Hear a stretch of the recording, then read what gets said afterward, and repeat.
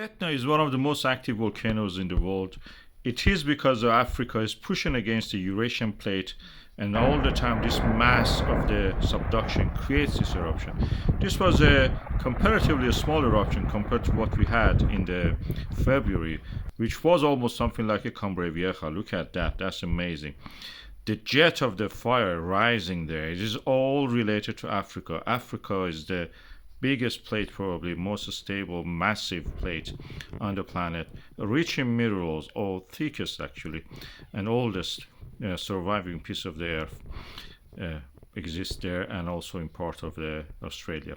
You can see the ash cloud from the Etna and all the active volcanoes in the world. You can see that Etna is the most alert and the amber alert region of the eruption. I will keep you up to date about this. It is in a densely populated area and is important.